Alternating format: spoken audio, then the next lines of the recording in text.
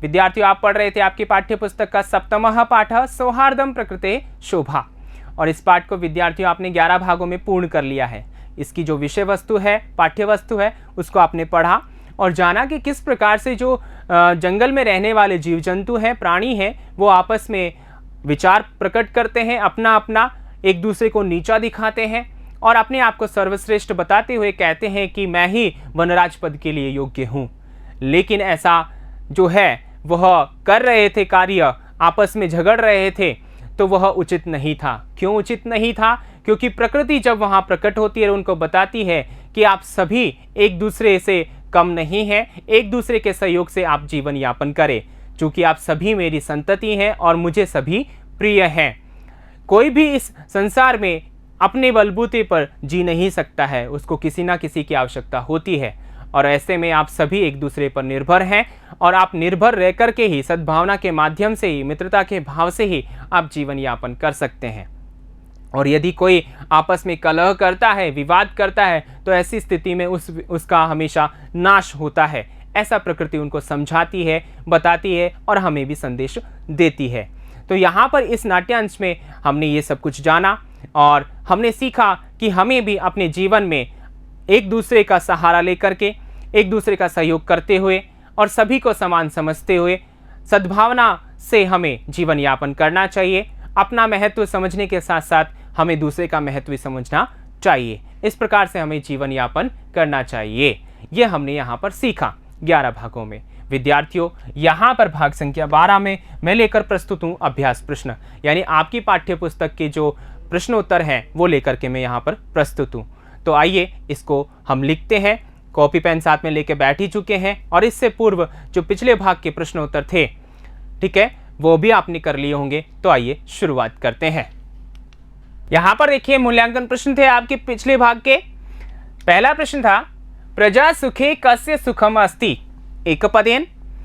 प्रजा के सुख में किसका सुख होता है? ठीक है, तो राजा का, राज्ञः।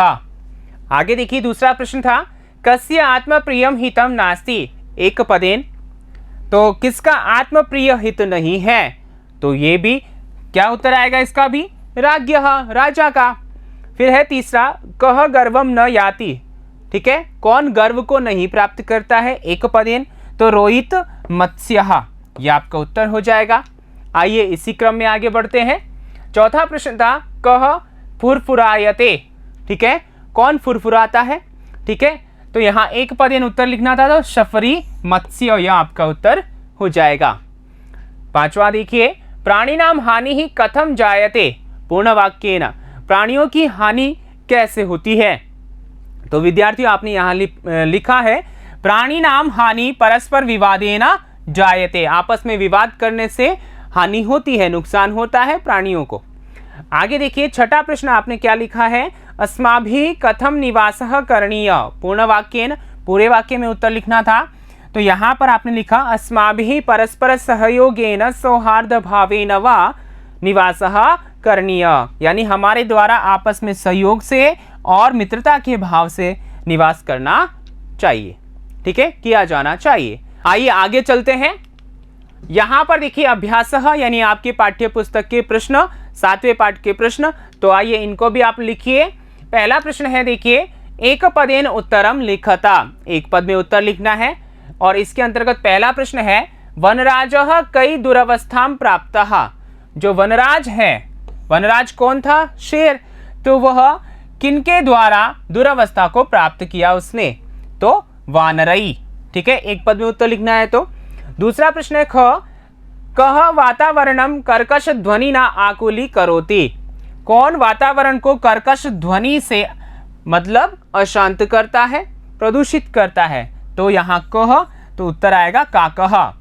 तीसरा है काकचेष्टः विद्यार्थी कीदृशः छात्रः मन्यते, यानी कि कव्वे के समान चेष्टा रखने वाला विद्यार्थी किस प्रकार का छात्र होता है? तो यहाँ देखिए आदर्शः, आप इतना भी लिख सकते हो या फिर आप लिख सकते हो आदर्श छात्रः, इस प्रकार भी आप लिख सकते हो, ठीक है। आइए आगे चलते हैं। आगे देखिए घ कह आत्मानं बलशाली विशालकायः पराक्रमी च कथयति, कौन स्वयं को बलशाली विशालकाय और पराक्रमी जो है वह कहता है। कौन कहता है? तो गजः हाथी। ठीक है, फिर आगे देखिए, बकः कीदृशान मीनान क्रूरतया भक्षयति। बगुला कैसे जो किस प्रकार की मछलियां हैं उसको क्रूरता से खाता है? तो वराकान। यह आपका उत्तर हो जाएगा। आइए आगे चलते हैं इसी क्रम में। यह था पहला प्रश्न। आगे देखिए दूसरा, अधोलिखित प्रश्नानाम उत्तराणि पूर्ण वाक्येन लिखता। अब पूरे वाक्य में आपको उत्तर लिखना है। देखिए पहला, निसंशयं कः कृतान्तः मन्यते। तो उत्तर है इसका, यह परई वित्रस्तान पीड्यमानान जंतु न रक्षति स राजा निसंशयं कृतान्तः मन्यते। यह आपका उत्तर हो गया। ख देखिए, बकः वन्य जंतूनां रक्षोपायान कथम चिंतयितुम कथयति। तो इसका उत्तर आपने लिखा, बकः वन्य जंतूनां रक्षोपायान चिंतयितुम कथयति यत् अहम शीतले जले बहुकाल पर्यन्तम अविचलः ध्यानमग्नः स्थितप्रज्ञ इव स्थित्वा रक्षोपायान चिंतयिष्यामि इति। ठीक है, यहाँ पर इस प्रकार से बक ने उत्तर दिया था। आइए आगे चलते हैं इसी क्रम में। ग देखिए, अन्ते प्रकृति माता प्रविश्य सर्वप्रथमम किम वदति। अंत में प्रकृति माता जब प्रवेश करती है तो क्या बोलती है? सबसे पहले उसी को यहाँ पर बताया गया है। तो क्या बताया है? अन्ते प्रकृति माता प्रविश्य सर्वप्रथमं सस्नेहं वदति यत् भो भो प्राणिनः यूयं सर्वे एव मे सन्ततिः कथं मिथः कलहं कुर्वन्ति वस्तुतः सर्वे वन्यजीविनः अन्योन्याश्रिताः। जो सभी वन्य जीव हैं वह कैसे हैं? अन्योन्याश्रित हैं। ठीक है, आगे घ देखिए, यदि राजा सम्यक न भवति तदा प्रजा कथम विप्लवेत। यदि राजा सही ना हो तो प्रजा किस प्रकार डूब जाती है? तो यहां देखिए, यदि राजा सम्यक न भवति तदा प्रजा नाविक विहीना नौका इव विप्लवेत। ठीक है, यह आपका उत्तर हो गया। आइए इसी क्रम में आगे चलते हैं। ङ, मयूरः कथम नृत्य मुद्रायाम स्थितः भवति। मोर किस प्रकार की नृत्य मुद्रा में स्थित होता है? तो मयूरः पिच्छानुद्घाट्य नृत्य मुद्रायाम स्थितः भवति। ठीक है, यह आपका उत्तर हो जाएगा। च में आपने लिखा, पहला जो च है वह प्रश्न है इस प्रकार, अन्ते सर्वे मिलित्वा कस्य राज्याभिषेकाय तत्परा भवन्ति। अंत में सभी मिलकर के किसके राज्याभिषेक के लिए तत्पर होते हैं? तो अन्ते सर्वे मिलित्वा उलूकस्य राज्याभिषेकाय तत्परा भवन्ति। आगे देखिए छ, अस्मिन् नाटके कति पात्राणि सन्ति। इस नाटक में कितने पात्र हैं? अस्मिन् नाटके एकादश पात्राणि सन्ति। देखिए विद्यार्थियों, मैंने आपको बताया था कि जो हमारे 10 पात्र हैं, ठीक है ना, वो तो कैसे हैं? प्रस्तुत हैं। ठीक है, और जो एक पात्र था वह कैसा था? अप्रस्तुत था।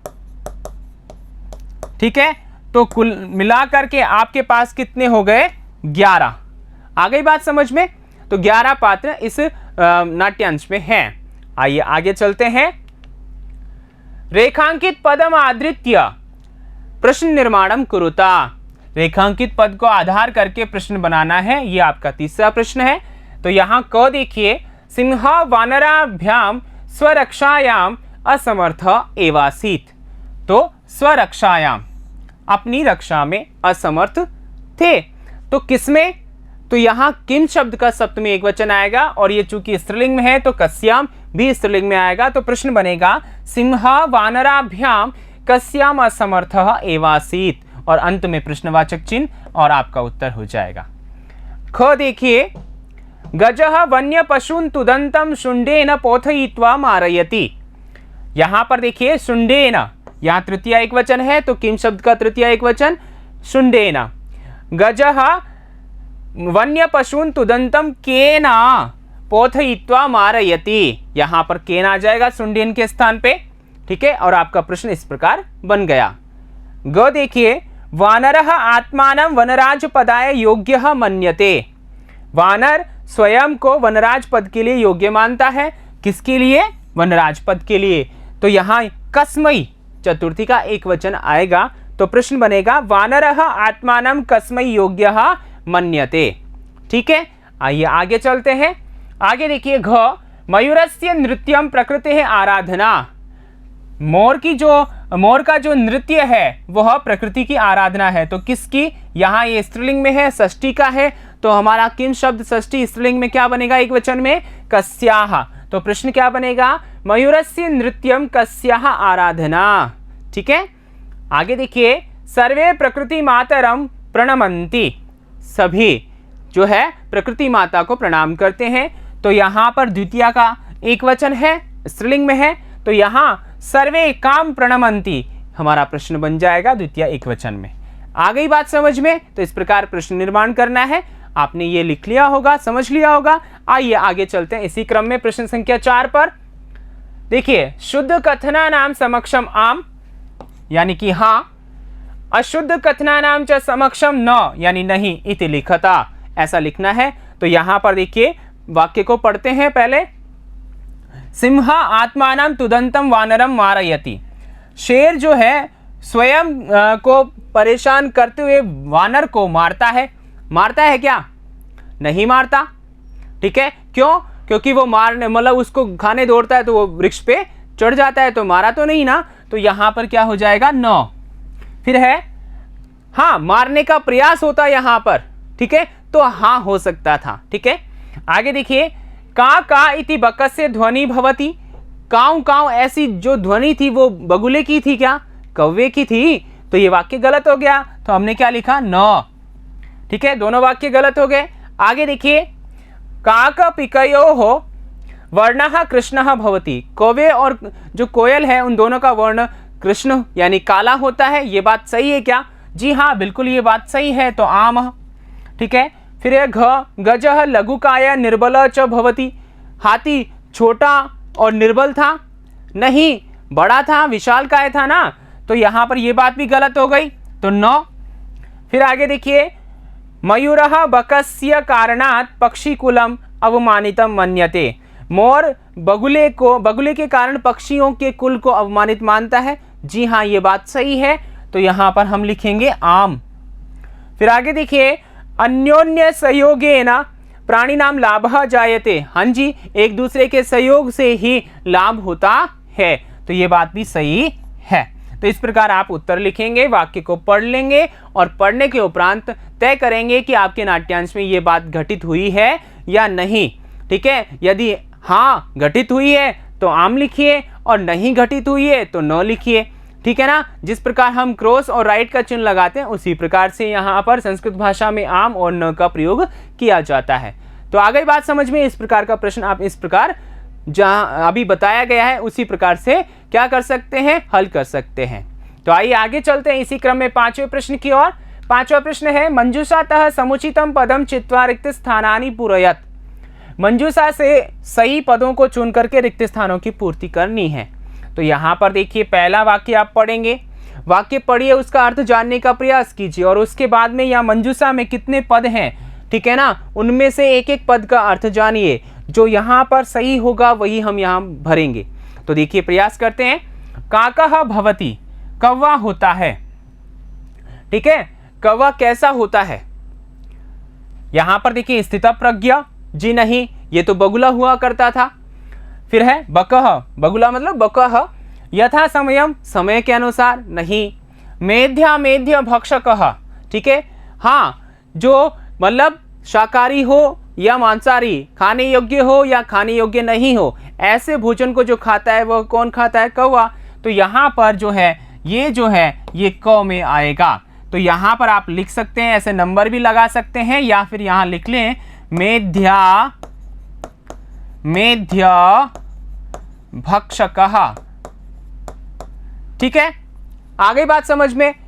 फिर आगे देखिए, दूसरा, परभृत अपि कथ्यते। परभृत भी कही जाती है या कहा जाता है। कौन? तो कोयल को कहते हैं। तो कोयल के लिए कौन सा जो पद आया है वह आया है यह पिकः। तो यहाँ पर पिकः ऐसा आपको लिखना पड़ेगा। आगे देखिए, ग बकः अविचलः इव तिष्ठति। यहाँ पर देखिए, जो बगुला है वो बिना हिले डुले किसके समान रहता है? तो यहाँ पर देखिए, अहिभुक नहीं, आत्मश्लाघाहीनः नहीं, ये दोनों आ चुके हैं। यथा समयम ये भी नहीं आएगा, तो स्थितः प्रज्ञ इसके समान, तो यहाँ पर ये ग जो है यहाँ आएगा, तो यहाँ लिखेंगे आप स्थितः प्रज्ञः। ठीक है, समझ में आ गया। फिर आगे देखिए, मयूर इति नामना अपि ज्यायते, मोर को और क्या कहते हैं, किस नाम से भी जानते हैं, तो यहाँ देखिए अहि भुक इस नाम से भी जानते हैं, तो यहाँ पर क्या लिखेंगे, अहि भुक। ठीक है, फिर आगे देखिए, उलूकः पद निर्लिप्तः चासीत, यहाँ च दे दिया, इसका मतलब एक और विशेषण आएगा, तो यहाँ पर उसको पद का कोई लोभ नहीं था, एक बात तो यह, और दूसरी बात यह कि आत्मश्लाघाहीनः यानी खुद की प्रशंसा से वो रहित था, तो यहाँ आप लिखेंगे आत्मश्लाघाहीनः।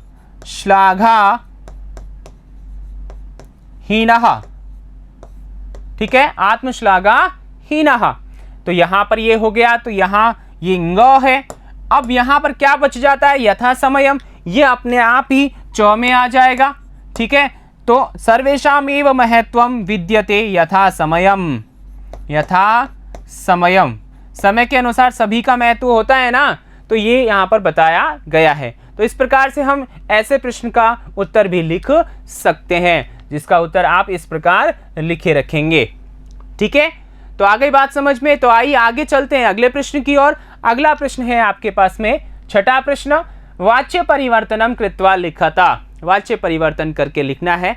तो यहाँ पर देखिए उदाहरण दिया है, उदाहरण दिया है, तो देखिए वाच्य आपको मालूम होना चाहिए कि वाच्य कितने होते हैं, वाच्य होते हैं 3।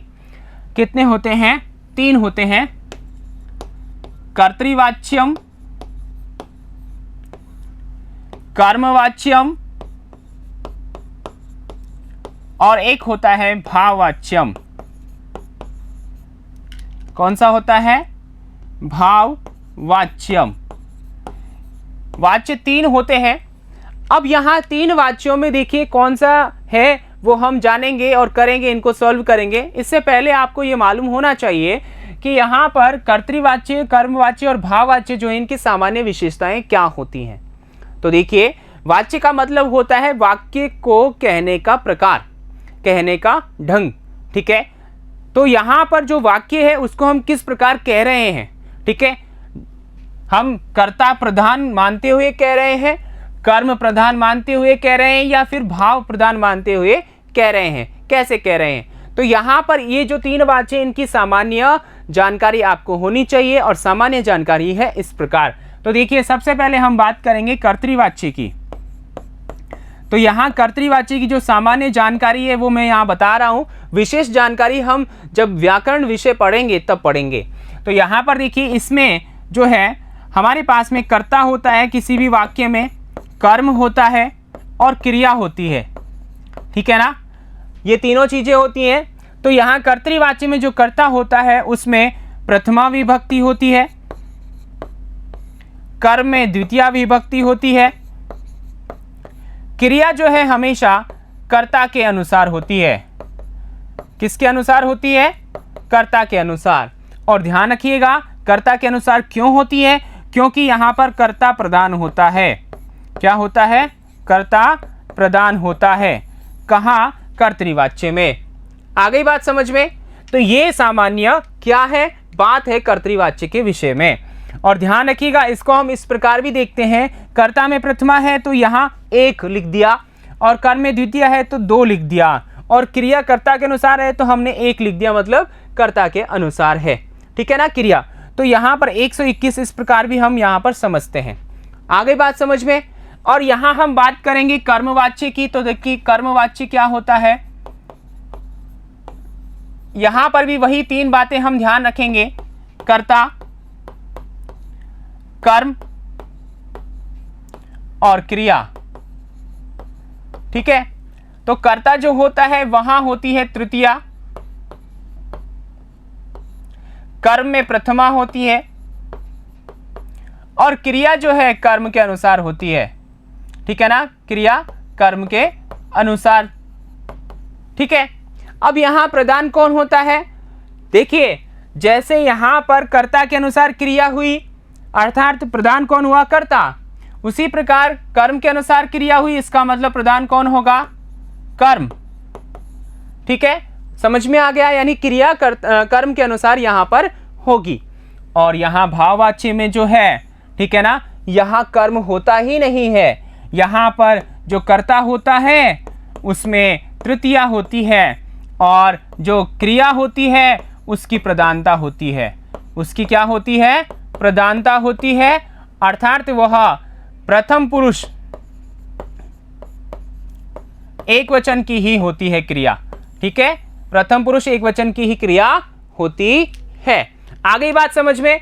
तो यहां पर यह बात भी आपको ध्यान रखना है, और इसको इस प्रकार भी आप समझ सकते हैं कि यहां पर आप 3, यहां पर 1 और 1, अर्थात 3 1 1। ठीक है, तो जब हम इनको बदलेंगे, परिवर्तित करेंगे, तो यहां पर देखिए जब हम बात करेंगे परिवर्तन की, तो आपने इसको लिख लिया होगा, ऐसी उम्मीद करता हूं। और इसी उम्मीद के साथ यहां पर इसको मैं क्या कर रहा हूं? साफ कर रहा हूं। और यहां पर एक चीज जो है आपको समझनी है, वो ये कि यहां पर जैसे कि आप बदल रहे हैं कर्तृवाच्य से कर्मवाच्य में, तो यहां कर्तृवाच्य की विशेषता 1 2 1 थी, ठीक है ना, और कर्मवाच्य की विशेषता 3 1 1 थी। तो इसको हम इसमें बदलेंगे। इसका उल्टा भी हो सकता है कि यहां पर हम इससे इसमें जाएं, अर्थात कर्म से कर्तरी में जाएं। ठीक है, आ गई बात समझ में? तो मैं इसको साफ करता हूं और फिर इनको हम सॉल्व करते हैं। तो यहां पर ये जानकारी क्या थी? सामान्य जानकारी थी। किससे संबंधित थी? ये वाच्य से संबंधित थी। आप सभी ने इसको समझा है, लिखा है। तो आइए हम यहां पर देखते हैं, उदाहरण को देखते हैं। सबसे पहले क्रुद्धः सिंहः इतस्ततः धावति गर्जति च। तो देखिए यहां पर ये वाच्य कौन सा है? ये कर्तृवाच्य है, चूंकि कर्ता में यहां प्रथमा है। ठीक है ना, क्रुद्धः सिंह ये विशेषण है, ये विशेष्य है। तो विशेषण विशेष्य में समान विभक्ति होती है, आपको मालूम है ही। इतस्ततः यह अव्यय है, ऐसा कैसा रहेगा? धावति गर्जता है, धावति दौड़ता है, गर्जति च और गर्जना करता है। ठीक है ना, तो यहां पर देखिए, यहां क्रुद्धेन सिंहेन तृतीया हो गई। ठीक है, इतस्ततः ऐसा कैसे रहेगा? क्योंकि अव्यय है तो कोई परिवर्तन नहीं होगा। धाव्यते गर्जते च, यहां पर हमने क्रिया लगा ली है कर्ता के अनुसार। ठीक है, आगे बात समझ में? और यहां क्रिया जो है वह कौन सी लगेगी? ध्यान रखना, मूल धातु होती है, ठीक है, उसमें यक प्रत्यय जुड़ता है। क्या जुड़ता है? यक प्रत्यय जुड़ता है, और उसके बाद में आत्मनेपद की क्रिया होती है, आत्मनेपदी क्रिया। ठीक है ना, तो यह हम बात किसकी कर रहे हैं? क्रिया की। जब हम कर्तरी से कर्मवाच्य में जाएंगे तब, ठीक है, किससे? कर्तरी से जब कर्म में हम जाएंगे तब क्रिया इस स्थिति में होगी जो कि यहां है। आगे बात समझ में? अब आगे देखिए, क का हम क्या कर रहे हैं? बदलेंगे इसको। तो देखिए, त्वया सत्यम कथितम, यहां पर तुम्हारे द्वारा सत्य कहा गया, ये वाक्य है। तो यहां देखिए, त्वया में पहले से ही तृतीया है, इसका मतलब यहां पर ये कर्मवाच्य है। तो हम क्या करेंगे? आपको ध्यान है कि यहां पर 3 1 1 था, तो हम बदलेंगे किसमें? किसमें बदलेंगे? यहां पर हम बदलेंगे, यहां पर 1 किसमें बदलेंगे? हम 1 2 1 में बदलेंगे। ठीक है, तो त्वया जो है युष्मद् शब्द है, तृतीया एक वचन है, तो यहां त्वया का, ठीक है, युष्मद् तृतीया एक वचन है त्वया, तो यहां पर हम बदलेंगे युष्मद्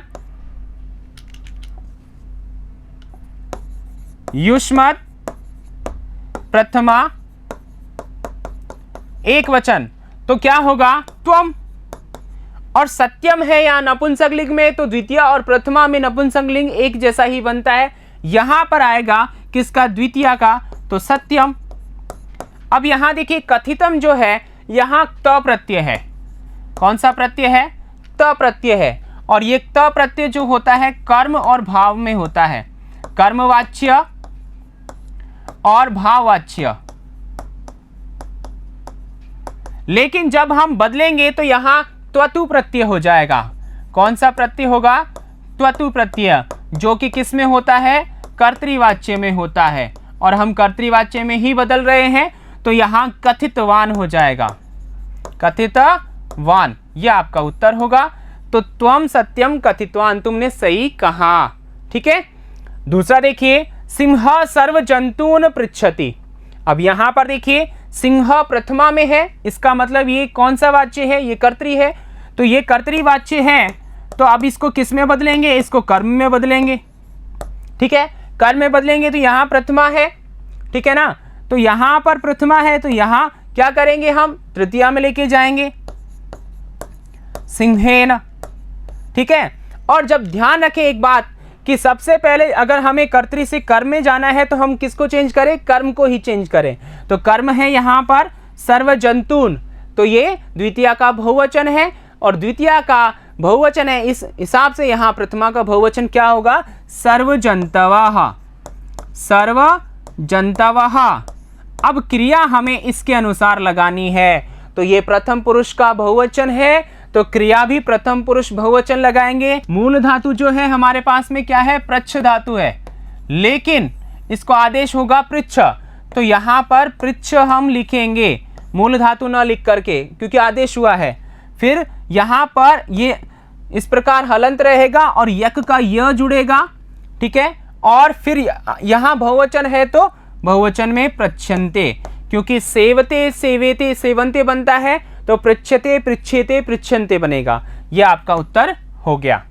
आगे देखिए, काकः पिकस्य संततिं पालयति, तो यहां ये भी क्या है, कर्तृवाच्य है, तो कर्म में बदलेंगे तो काकेन, क्योंकि यहां पर प्रथमा एक वचन है तो तृतीया एक वचन, पिकस्य। अब यहां पर षष्ठी है तो ये अपने आप में ऐसा ही रहेगा क्योंकि संबंध बता रहा है, तो पिकस्य। और यहां संतति में द्वितीय है एक वचन, तो यहां संतति हो जाएगा। ठीक है। और पालयति है यहां पर, तो यहां पर एक वचन है और यहां संतति भी एक वचन है, तो ऐसी स्थिति में यहां पर पाल्यते ये क्रिया हो जाएगी। ठीक है। तो यहां ये उत्तर होगा क्या, काकेन पिकस्य संतति पाल्यते। ठीक है। आइए आगे चलते हैं। यहां देखिए आगे घ, मयूरः विधात्रा एव पक्षीराज वनराज वा कृतः। तो यहां पर ये जो वाक्य है वह पहले से ही किस में है, पहले से ही कर्म में है, तो हम इसको किस में बदलेंगे, इसको हम बदलेंगे कर्तरी में। किस में बदलेंगे, कर्तृवाच्य में। जब ये कर्म में है तो किस में है, 3 1 1 यानी तृतीया।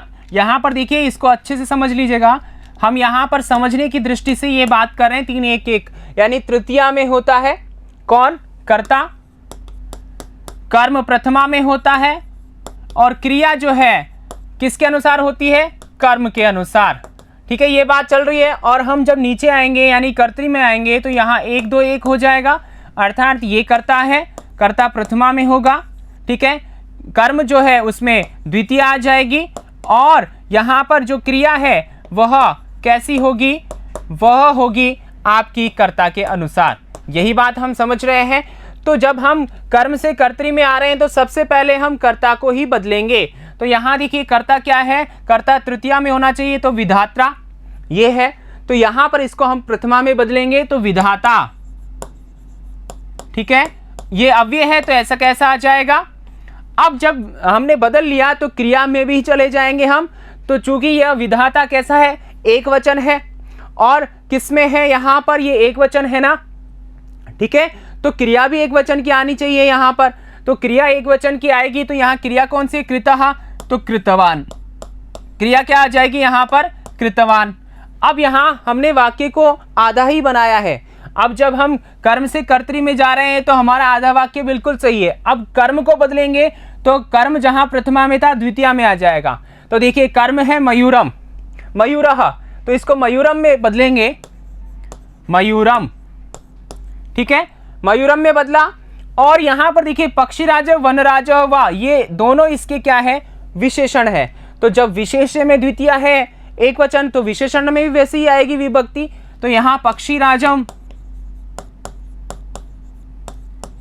वनराजम और यहां पर वा। ठीक है, इस प्रकार हमारा वाक्य होगा। इस वाक्य को हम इस प्रकार भी लिख सकते हैं, देखिए कैसे, विधाता एव मयूरम पक्षिराजम वनराजम व कृतवान।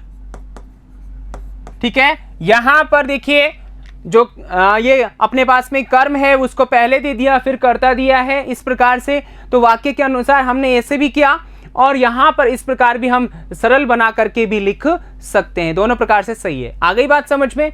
आगे देखिए हम बात करते हैं सर्वै खगै को अपि खग एव वनराज कर्तुम इष्यते स्मः।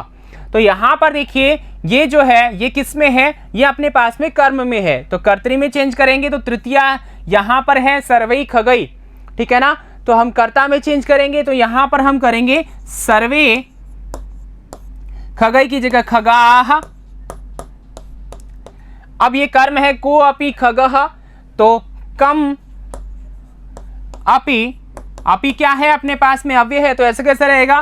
क जो है पुल्लिंग में है, एक वचन है प्रथमा का, तो द्वितीय में लेके जाएंगे तो कम अपि, फिर है खगम,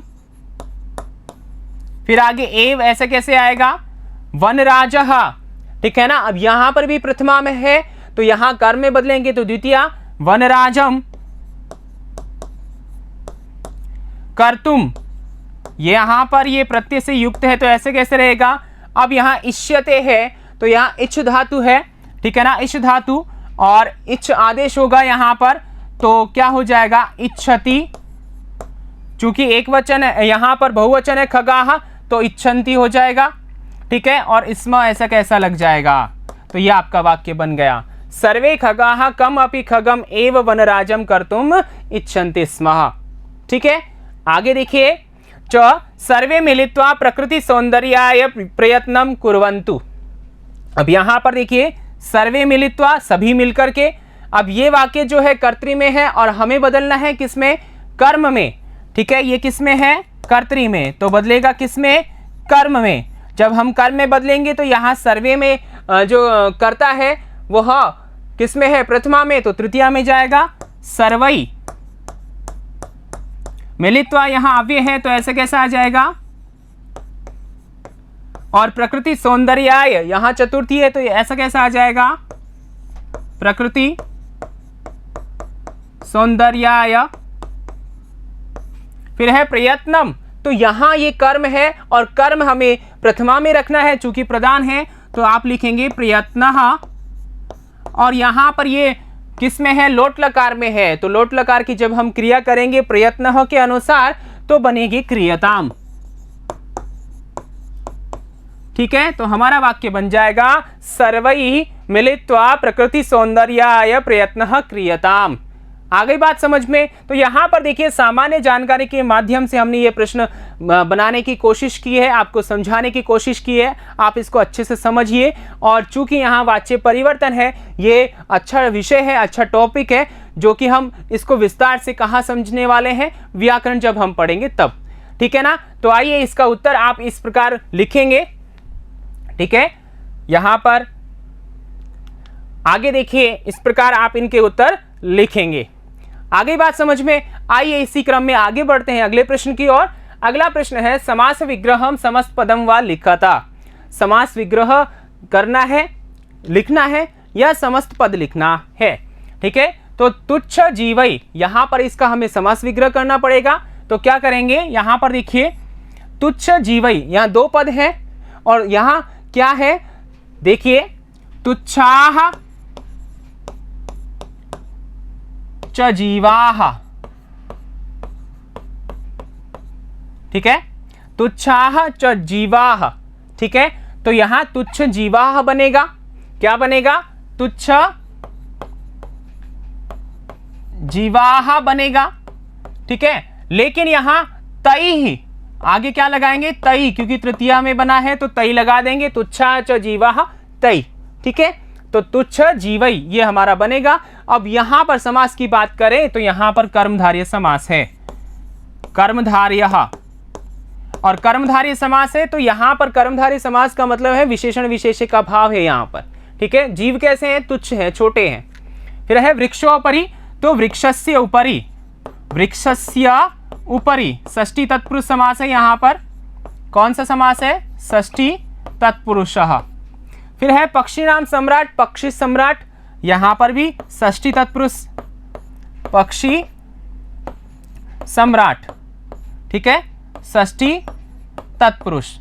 तो यहां पर देखिए स्थितः प्रज्ञा यस्य स, स्थित प्रज्ञा,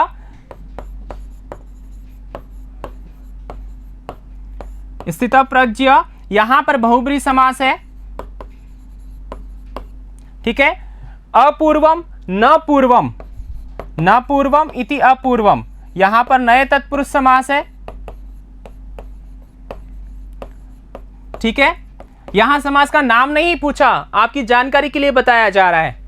व्याघ्र चित्रकाः, ठीक है, यहां पर देखिए विसर्ग है, व्याघ्र चित्रकाः, तो व्याघ्रः च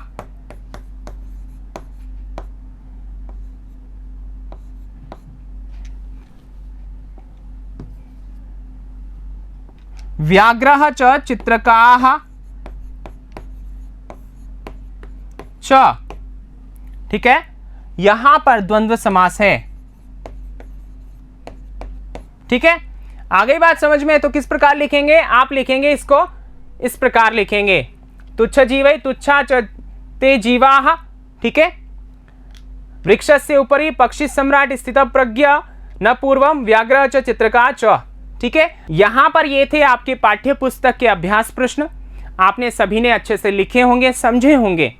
अब यहां पर आपका ये पाठ समाप्त हो जाता है, लेकिन विद्यार्थियों आपके पाठ के अंत में, प्रश्नोत्तरों के अंत में योग्यता विस्तार भी दिया गया है। तो योग्यता विस्तार में हमें कुछ विशेष बात बताई गई है, उसको भी हम जानेंगे और वो जानेंगे अगले भाग में। तो मैं लेता हूं यहां पर विदा। धन्यवाद।